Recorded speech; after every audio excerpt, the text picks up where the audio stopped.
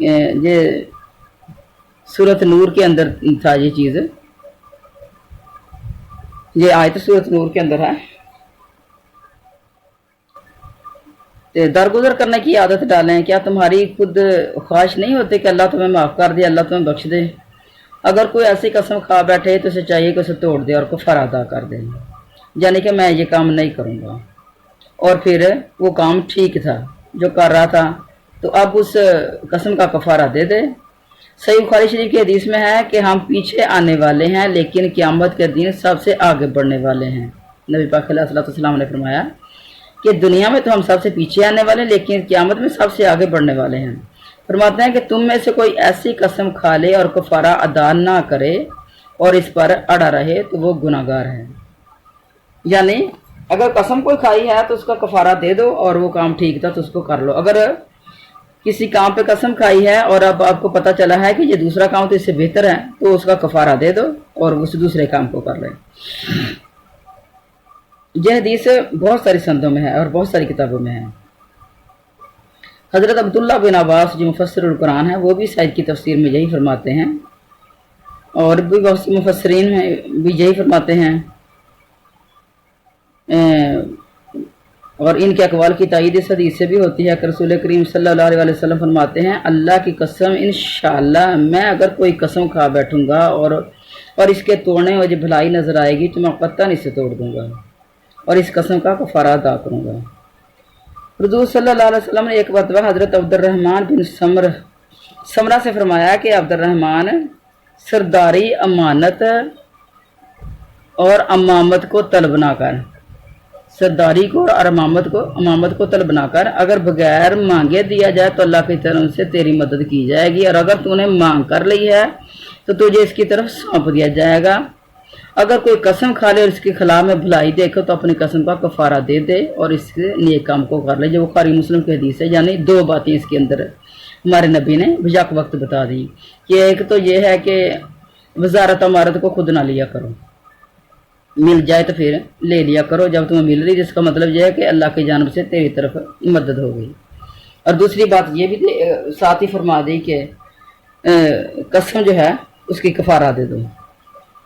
صحیح مسلم میں بھی حدیث ہے کہ جو شخص کوئی قسم کھا لے پھر اس کے سوا خوبی نظر آئے تو سچائی کی خوبی والے کام کو کر لے اور اپنی اس قسم کو توڑ دے، اس کا کفارہ دے دے. اچھا، ایک اور حدیث میں ہے کہ اس کا چھوڑ دینا ہی اس کا کفارہ ہے، لیکن صحیح بات وہ ہے جو بیان جو صحیح لگے، آپ کے دماغ کو بھی لگے کہ کفارہ اتنا زیادہ نہیں ہے تو کم از کم کفارہ ضرور دے دینا چاہیے، ایسا نہ ہو کہ کسی گناہ میں ملوث ہو جائیں. اچھا، دوسری ایک حدیث میں ہے، ابو داؤد میں یہ حدیث ہے کہ نظر اور قسم اس چیز میں نہیں جو انسان کی ملکیت میں نہ ہو، اور نہ اللہ تعالیٰ کی نافرمانی میں ہے، نہ رشتوں اور نعتوں کو توڑتی ہے. جو شخص کوئی قسم کھا لے اور نیکی اس کے کرنے میں ہو تو وہ قسم کو چھوڑ دے اور نیکی کا کام کرے، اس قسم کو چھوڑ دینا ہی اس کا کفارہ ہے. یہ بھی فرماتے ہیں ابو داؤد. اور کل صحیح حدیث میں یہ لفظ ہے کہ اپنی قسم کا کفارہ دے لیں. بعض اوقات راوی حدیث بات مکمل اپنی نہ لکھ سکا. اچھا، دوسری حدیث یہ بھی ہے کہ یہ حدیث جو ہے اس کے بارے میں ہے، اس شخص کے ذمہ کفارہ نہیں ہے، یعنی جو بغیر قصد کے بغیر ارادے کے منہ سے نکل جاتی ہیں ان پر پکڑ نہیں ہے. اچھا، قسم کیا کر رہی ہے کہ اس میں اللہ کی نافرمانی بھی نہیں ہے، یعنی کہ تم نے خود کوئی کام جو ہے آپ نے کہہ دیا کہ میں نے اس کو نہیں کرنا، مثلا یہ نوکری میں نے نہیں کرنی، مثلا یہ کاروبار میں نے نہیں کرنا، تو اس میں اللہ کی نافرمانی نہیں ہے، اس میں رشتوں کی بھی نافرمانی نہیں ہے، رشتوں کو بھی نہیں توڑ رہی جے، تو بس اس کی پھر کفارہ دے دو اور اس کام کو دوبارہ کر لو. اچھا، بخاری مسلم کی ایک اور حدیث میں ہے کہ جو شخص لات اور عزا کی قسم کھا بیٹھے وہ لا الہ الا اللہ پڑھ لے. کیونکہ جب لوگ نئے نئے مسلمان ہوئے تھے تو اس وقت ان کے منہ کے اوپر جو الفاظ چڑھے ہوئے تھے تو وہ جب نکل جاتے تھے تو ہمارے نبی نے فرمایا کہ اگر کسی کے منہ سے اس طرح کے الفاظ نکل گئے ہیں تو لا الہ الا اللہ پڑھ لے، بس یہی اس کا کفارہ ہے۔ تو یہ شرکی الفاظ اس طرح کے ہوتے ہیں، تو فوراً کلمہ توحید جب پڑھ لیا تو عدلے کا بدلہ ہو گیا ہے۔ اچھا، پھر اللہ تعالیٰ فرما رہے ہیں کہ جو قسمیں پختگی کے ساتھ دل کے ارادے کے ساتھ قصدن کھائی جائیں ان پر پکڑ ہے۔ دوسری آیت کے لفظ جو ہیں بما عقدتم الایمان، کہ جو ایک ارادے پکے مضبوط کے ساتھ کی ہیں، آپ نے کھائی ہیں۔ اچھا، حضرت عائشہ سے ایک مرفوع حدیث مروی ہے جو اور روایتوں میں موقوف عرض ہوئی ہے۔ یہ لغو قسمیں وہ ہیں جو انسان اپنے گھر بار میں بال بچوں میں کہہ دیا کرتا ہے، ہاں اللہ کی قسم اور نہیں اللہ کی قسم اور فلاں فلاں، تو یہ فضول قسمیں لغو، یہ بس اس کے اپنی زبان سے نکل جائیں، جو ویسے ہی منہ کے اوپر چڑھی ہوئی ہیں، اور دل میں ان کی پختگی کا خیال بھی نہیں ہوتا، بس ویسے ہی منہ سے نکل رہی ہیں۔ اور کچھ قسمیں ہنسی مذاق میں بھی منہ سے نکل جاتی ہیں، ان پر بھی کفارہ نہیں ہے۔ جو ارادے کے ساتھ ہو اور پھر اس کا خلاف کیا جائے تو اس کا کفارہ دینا پڑے گا۔ اور بعض صحابہ اور تابعین میں بھی یہی اس آیت کی تفسیر کی ہے۔ اور یہ بھی مروی ہے کہ ایک آدمی اپنی تحقیق پر بھروسہ کر کے کسی معاملہ کی نسبت قسم کھا بیٹھے اور حقیقت میں وہ معاملہ یوں نہ ہو تو یہ قسمیں لغو ہیں۔ یہ معنی بھی دیگر بہت سے حضرات سے مروی ہیں۔ اچھا، ایک حسن حدیث میں ہے کہ ایک مرتبہ نبی صلی اللہ علیہ وسلم تیر اندازوں کی ایک جماعت کے پاس جا کھڑے ہوئے اور وہ تیر اندازی کر رہے تھے، اور ایک شخص کبھی کہتا اللہ قسم اس کا تیر نشانے پہ لگا گا، کبھی کہتا اللہ قسم یہ خطا کرے گا۔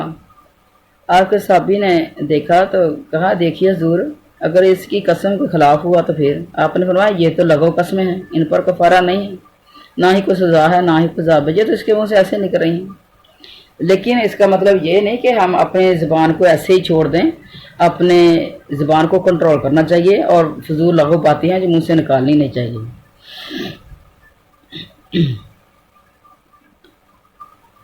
تو یہ خواتین ویسے بھی جس طرح لعنت کرنا منع ہے، تو کئی خواتین کو میں نے دیکھا کہ وہ بات کریں گی تو اس طرح کی فوراً لعنت اس پہ لعنت اس پہ لعنت اس پہ، بچوں کو بھی کہتی رہتی ہیں، اگر کسی کی بات کی تو اس نے یہ کام کی تو لعنت اس پہ ہے، اس کی غیر موجودگی میں بھی۔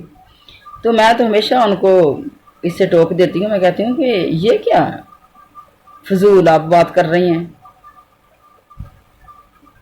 تو ہو سکتا ہے کوئی قسم کے لائق، کوئی لعنت کے لائق نہ ہو، تو کہنے کی بس یہ میرے منہ کے اوپر بات پکی ہوئی ہے۔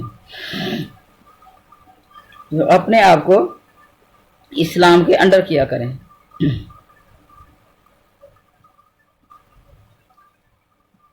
اچھا، اور دوسری چیز کیا ہے؟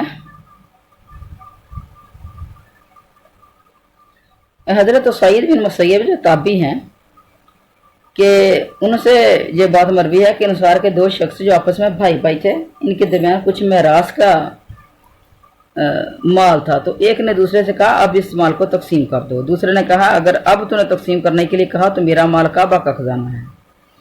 حضرت عمر فاروق نے یہ واقعہ سن کر فرمایا کہ کعبہ ایسے مال سے غنی ہے، اپنی قسم کا کفارہ دے اور اپنے بھائی سے بول چال رکھ اور مال کو بانٹ۔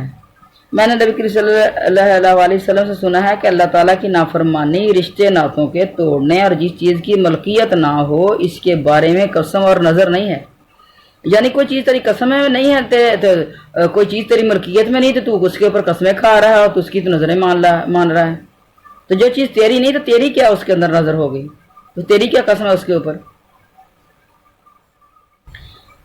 پھر اللہ تعالیٰ فرماتے ہیں تمہارے دل جو کریں اس پر گرفت ہے، یعنی اپنی جھوٹ کا علم ہو اور پھر قسم کھائیے، جیسے اور جگہ ہے وَلَا يُؤَاخِذُكُم بِمَا عَقَدتُّمُ الْأَيْمَانَ، یعنی تم جو مضبوط اور تاکید والی قسمیں کھا لو، اللہ تعالیٰ اپنے بندوں کو بخشنے والا ہے اور ان پر حلم و کرم کرنے والا ہے۔